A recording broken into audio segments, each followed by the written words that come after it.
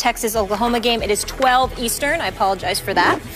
The November issue of Men's Fitness Australia features Ronda Rousey. She's the first woman to grace the cover, and the undefeated UFC champion is going to join us tomorrow right here in studio. Can't wait for that, so you don't want to miss First Take. She will be here with us. We reported yesterday that Miami fired their head coach, Joe Philbin. Now it's Ryan Tannehill that is feeling the heat. According to multiple reports, Philbin told the Dolphins practice squad players to go easy on Tannehill so the quarterback could get some of his confidence back. Reportedly, Tannehill was throwing so many interceptions in practice that he was frustrated to the point where he would talk trash to certain practice squad players. After they would pick him off, quote, listen to this, enjoy your practice squad paycheck, enjoy your practice squad trophy. If that is true, just wow. Stephen A., your reaction? The operative sentence is, if that is true. Because we don't know. Yep. If that is true,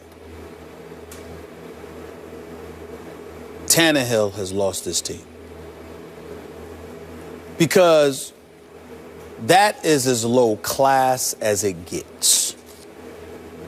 If that is true, the only reason Tannehill didn't get punched in his face is because guys were on a practice squad and they want a chance to be in the NFL. And obviously, you saw what happened with the Jets. Or the coach had instructed them to take it easy on the starting quarterback. You know, well, keep in mind, Skip, that according to the reports, once the coach had instructed them to take it easy on Tannehill, what they did was stop running altogether whenever he snapped the ball.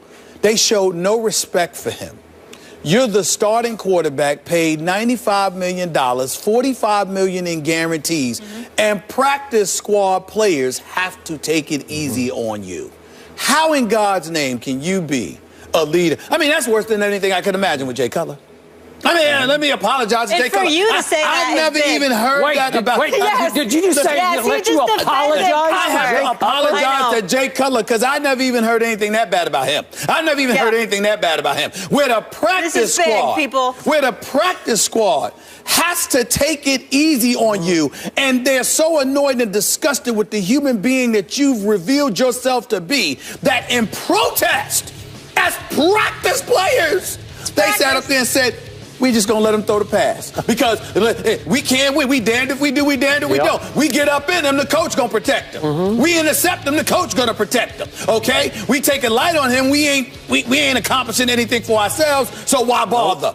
That is the epitome of losing your team. I mean, that incident alone warrants Joe Philbin being dismissed as head coach of the Miami Dolphins. And I take no pleasure in that. I don't want this man fired and having to lose the ability to provide for his family. I hope that he lands another job as a coordinator tomorrow. He's just not head coaching material to me. He's a coordinator. So with that being said, let's be clear about something here.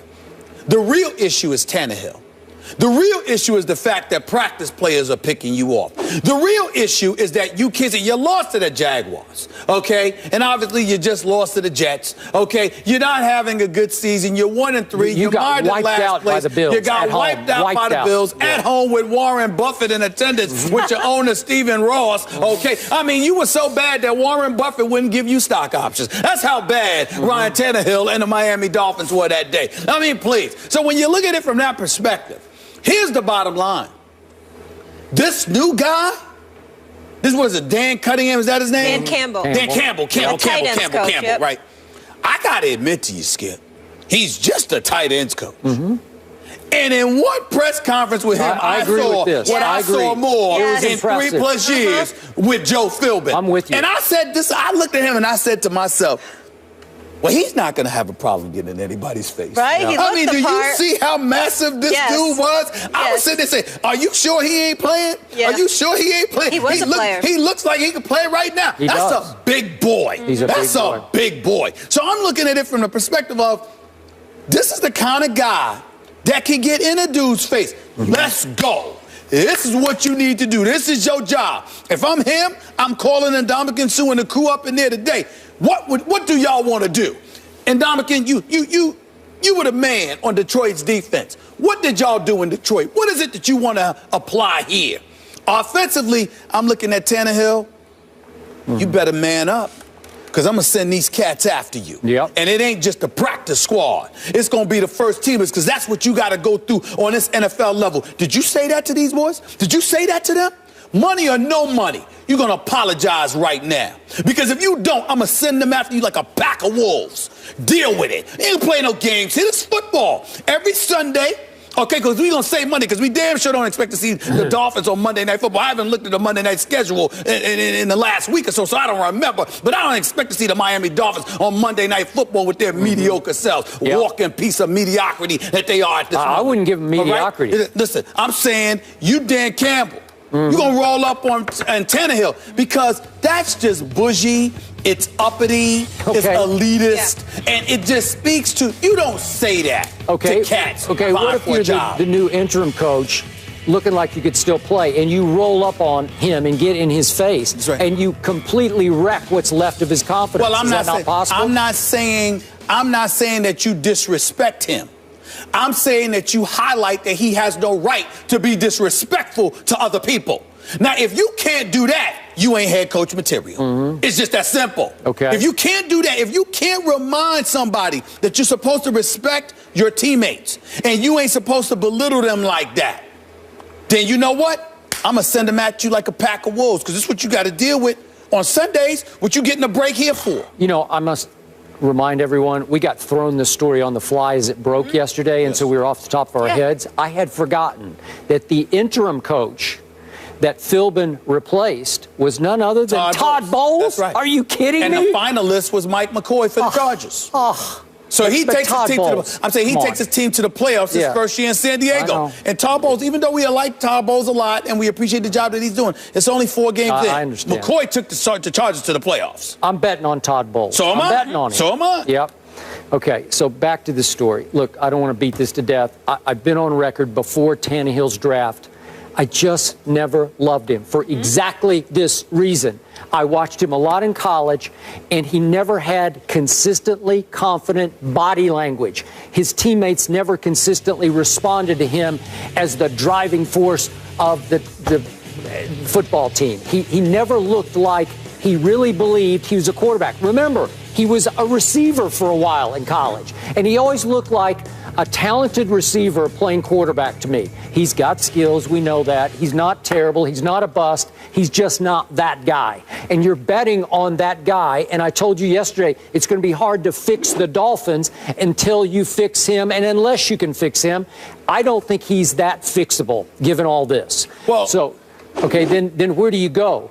And let me do this about Stephen Ross. You've read a lot about him, talking about South Beach, talking about wealth. He's an A-lister, right? He wants to have A-lister celebrities in his box during games.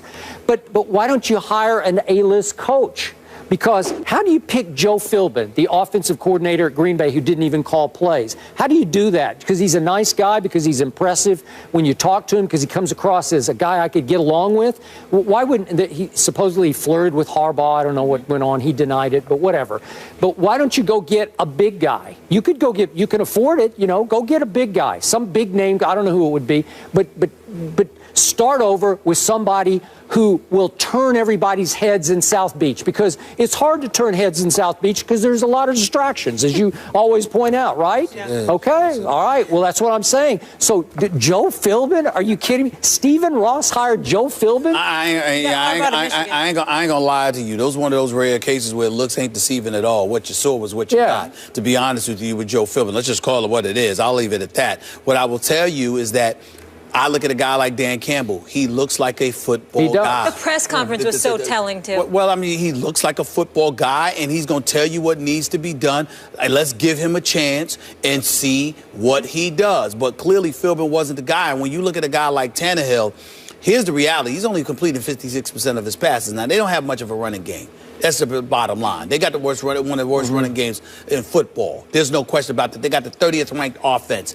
He's been sacked 10 times. We ain't even counting how many times he's been hit.